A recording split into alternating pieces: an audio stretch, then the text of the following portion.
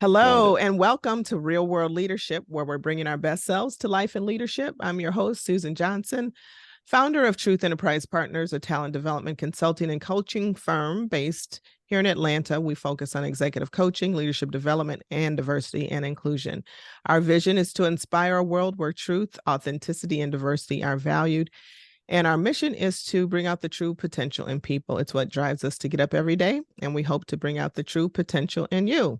So thank you all for joining us. We are in season 2 of Real World Leadership podcast. And this season, we've been focusing on real world leadership and lessons in leadership in particular. So we're going to hear some more stories of our leaders that have been really vulnerable and grateful to share their stories with us. They're going to share some examples of where they've learned some pivotal moments in their leadership. And hopefully you can learn some things from them. So joining us today at Real World Leadership, we have Garrett Puzzo, who's going to share his unique story. Garrett, how long have we known each other? I'm just trying to reflect on how long it's been. How do they say a long time? A long time. 2012, 2011-ish, I think. So 13 years, close, 12. Oh my gosh. But yeah, one of my favorite leaders, Garrett was a leader of mine, one of my favorite leaders and a good person too. He and his wife, Stephanie, are just good people. And they're one of my favorite couples too. So he's been a leader for a number of years, and he's going to share a story with you all. So again, I'm hoping that you'll get some value from it. We've had some great experiences over the years. I don't know what you're going to share, if it's even a story related to me or not, but it'll be kind of on the fly. So again, I want to welcome you to Real World Leadership. As we prepare to dive in, I have a quick icebreaker for you, just so our audience can get to know you a little bit better. So I have this deck of cards. I always say pick a card, any card. So you ready? I'm ready. Okay, pick away, Susan. All right, here's your card. Bam, there it is. All right, so tell us something you've learned about yourself recently. This is kind of like a lesson in leadership, but it could be something else. Something you've learned about yourself recently. Okay, well, it'll be a medical issue because men never want to admit this. We never ever want to go to the doctor. All right, don't share anything HIPAA. No. I ended up with a herniated disc in my neck. Oh. And like most people, and specifically men, we don't want to go to the doctor until our wives or significant other says, you're in a lot of pain, you really need to go get that thing looked at. And so what I really learned is when I don't feel well, it's probably a good idea to call the doctor, because after I went, I started to get more and more relief. And I went for chiropractor and all sorts of different things. But you learn that it's better to take care of yourself now rather than wait. You're absolutely right. And it's very important to take care of your health. Your health is your wealth. I always say, so yeah. So you've learned that it's better to be, preventative if something's ailing you, to go take care of it. So that's proactive and not be, I'm perfectly fine. I'm not in any pain. When everyone around you can see it on your face. So how are you feeling? Much better. I still have an ice pack that I drive around with to put on the back of my neck, but much better. Much better. Good. Yeah. Okay, good. All right. Well, thank you for sharing a bit more. Hopefully our audience connected with you on that lesson that you learned recently. So again, I mentioned our topic is about lessons in leadership. It's about epic fails, successful triumphs, lessons that you've learned that cause you to grow in your career, your business, or your pursuits. So what's the story that you want to share with our audience today when you think about leadership and something pivotal that you learned about yourself as you lead? It's interesting as a leader. I find that if you stop learning every single day and you think that you know everything, it's time to step down and let other people be in charge. The most pivotal thing that I learned is about surrounding yourself with very, very talented people that are potentially even smarter than you. and allowing them to be the best that they can be. Early on in my leadership career, I was 19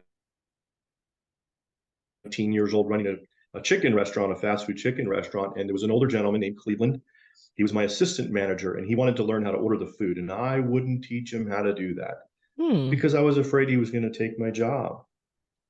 Later on in life, I realized my job, if you will, as a leader of the organization, was to teach him how to do my job so that I could then be promoted. So when I mentioned to you earlier, surrounding yourself with very, very talented individuals and giving them the latitude and the support they need to reach their highest potential is what allows the entire organization to rise. So probably my best group of people that I work with, Susan, and yes, it is part of you and Roseanne and Doyle and Dave. And, you know, we had an incredible team that we all looked out for each other, and we had weekly meetings where we held each other accountable. But the important thing about it was, in my role, I wasn't afraid of someone taking my position. I wasn't afraid of allowing people to grow in their space and then support them so that they could move to the next level. And because of that, you know, I like I said, life lessons you learn as you grow. Being a leader that's a servant leader and helping others, and it's not often, many times a leader will want to be in charge and completely control everything, and that doesn't help anyone at all. Most of the people on the team moved on to bigger and better things and continued to grow their careers, which was amazing. I still look back and wish that we could all be together. You know, there's moments of but the lessons that came out of it and the people that I allowed to mold me and grow me, selfishly, I probably got the most out of it than anyone in the organization. And that's the part of leadership that I was saying, being the servant leader. But I couldn't have grown to the level that I grew without allowing the people around me that were smarter and said, Garrett, try it this way, try it that way, as opposed to it always being my idea. So that's a simple story. I mean, I could go on and give you more examples, but. Well, yeah, I appreciate you sharing that around the example you gave with Cleveland is, you know, to hold it close to you and just not let it go and not grow.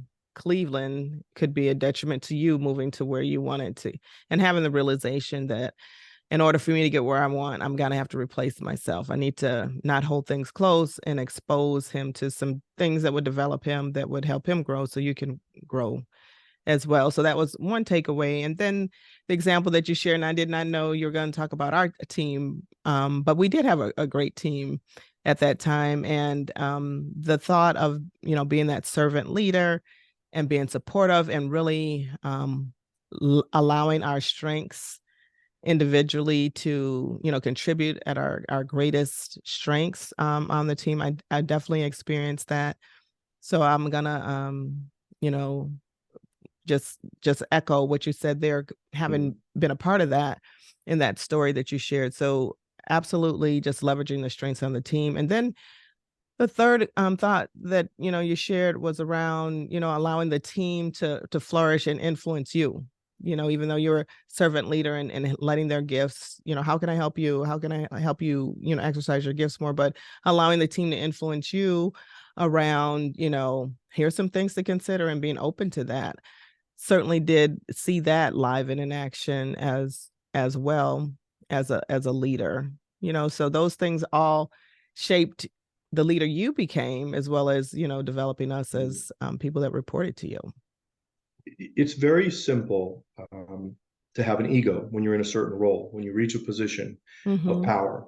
And most people in those positions, because of their egos, do not allow themselves to be open and to be more human and caring and thinking and elevating. It's a purpose-driven life. There's so many different things that you could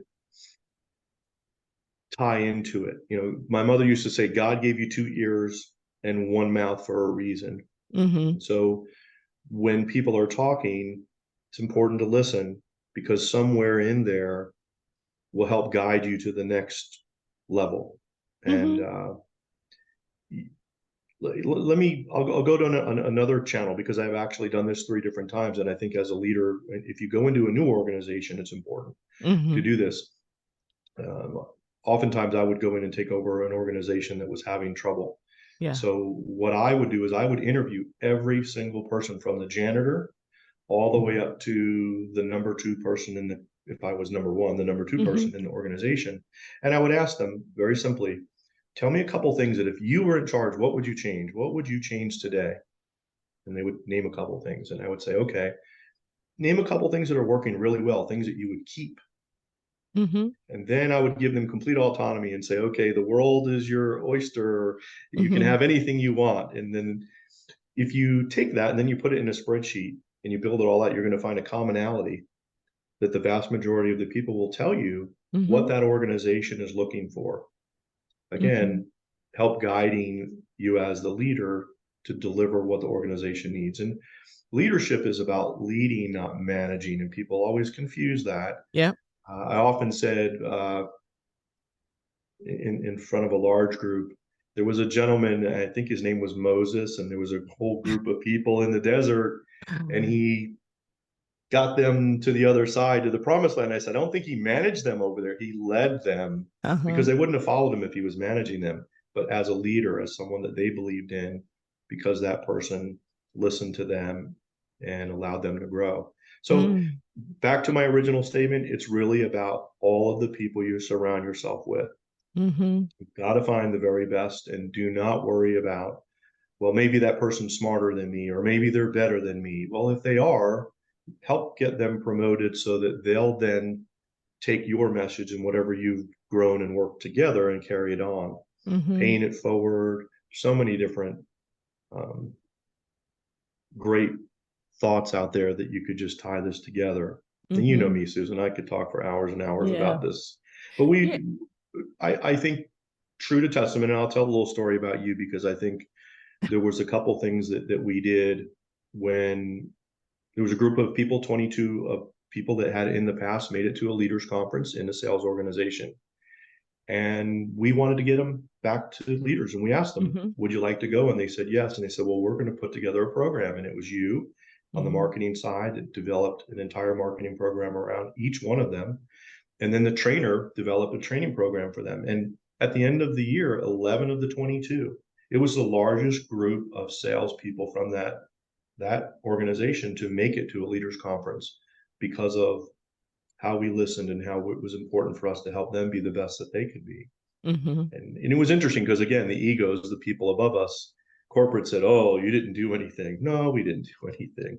The people did it. But it was a leadership, as a, again, the listening to the people, surrounding yourself with great people, and caring about, their desire to get back to conference. I do remember that. And that was the largest number that office had in a very, very long time. Correct. In fact, it was the largest they had ever had, Susan. It was. Wow.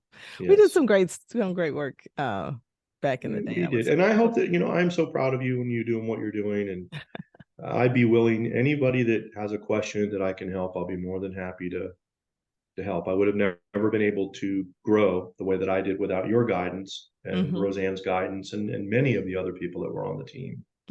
Helped mold me into the person that I became ultimately.